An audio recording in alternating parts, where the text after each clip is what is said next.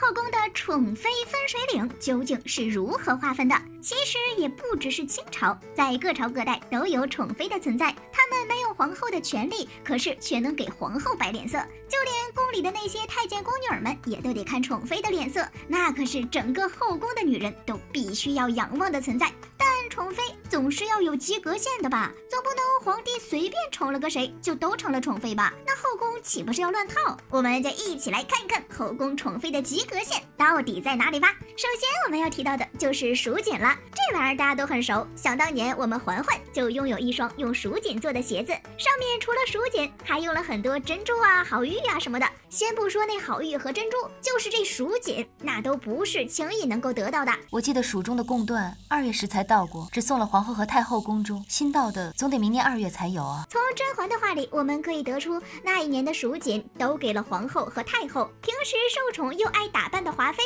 都只能眼巴巴的看着，而甄嬛所得的玉鞋，连面料的制作都非常的讲究。倒是这蜀锦难得，尤其是这织金镂花的蜀锦，听说蜀中绣娘要10人绣3个月方能得一匹，放在现在呀，妥妥的是限量款高定啊，拿来当鞋面，还真是有些浪费。从这儿我们就可以看出，这种稀罕物呢，都是要先给宜修和太后，毕竟人家才是紫禁城里正经的主子。本来送完太后和宜修之后，就该给甄嬛和华妃他们这样的宠妃们，可是到这儿的时候，这蜀锦也没了，好不容易在正常供应的时候弄出来，还被四大爷做成了鞋面，这就是宠妃的待遇呀。那这么说的话，这个时候的华妃没够着宠妃及格线？不是哦，在甄嬛得到蜀锦玉鞋之后，华妃看着分外眼红，于是就叫人快马加鞭给自己弄来了2匹。可这蜀锦是要到了，可偏偏不是华妃所喜欢的那种颜色，这说明什么？说明华妃还算是宠妃呢，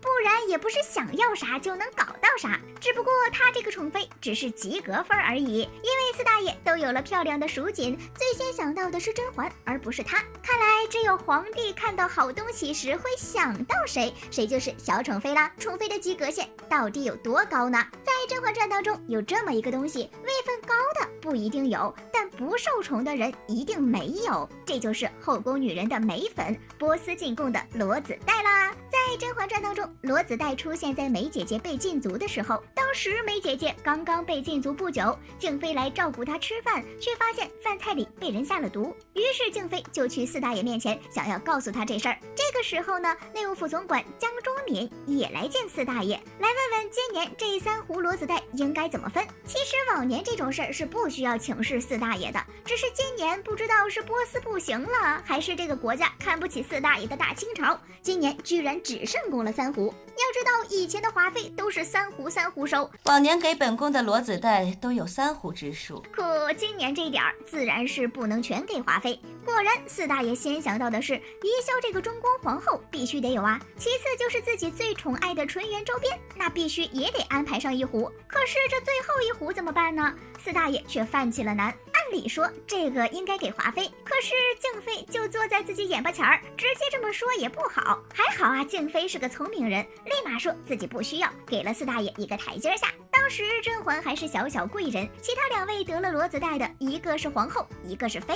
这几个有罗子带的人当中，就属她的位分低，甚至4妃之中的其他人也都没有，这都是因为甄嬛得宠的缘故。说到这儿，其实当年安小鸟受宠的时候，也得到了很多的赏赐，看上去大小也算是个宠妃。不过呀，她的那些东西很少是高定，而且四大爷最记不住的人其实就是安小鸟，所以严格来说的话，四大爷的宠妃就只有华妃和甄嬛。后来甄嬛越来越受宠，华妃都得靠边站，安小鸟内心 OS 当宠妃也太难了。看了这么久的宫斗剧，你明白什么叫做前朝后宫息息相关吗？在宫斗剧当中，我们经常可以听到皇帝把对前朝官员的态度带到后宫的嫔妃身上，或者是后宫的嫔妃犯了错，由此牵连到他们全族，这就是所谓的前朝后宫息息相关吧。可是这前朝和后宫到底是怎么个息息相关的方式呢？其实这事儿就好比如《甄嬛传》当中四大爷重用年羹尧，所以就一定会盛宠华妃。有一次四大爷封赏年家，顺带着还给了华妃一张贵妃体验卡。还有后来瓜六滴血验亲没成功，自己反而被打入冷宫。四大爷呢就以瓜六大不敬的罪名问罪了他们家，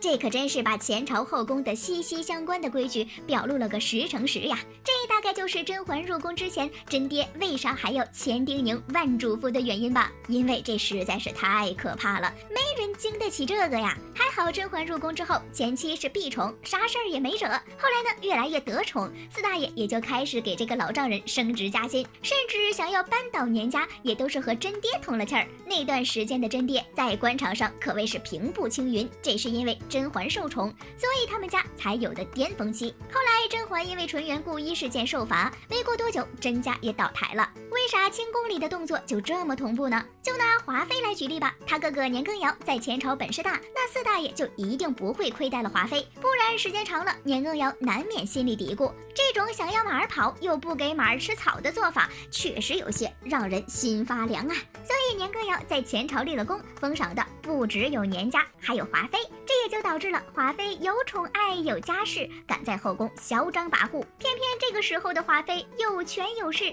后宫也就没有人敢怎么着她。可年家一旦落败，平时看华妃不顺眼或者和她有仇的人，就必定会针对她。剧中曹琴墨揭发华妃的恶行，不就是在年家倒台的时候吗？所谓墙倒众人推，就是这个理儿啦。至于剩下的瓜六和甄嬛，瓜六是因为四大爷早就想处理他们家，他犯错只是一个借口。甄嬛呢，则是因为行事不合四大爷的心意，且当时甄嬛惹了四大爷，正在被禁足，这才会被人泼上脏水。好了，本期视频就到这里啦，宝宝们别忘了点赞评论哦，比心。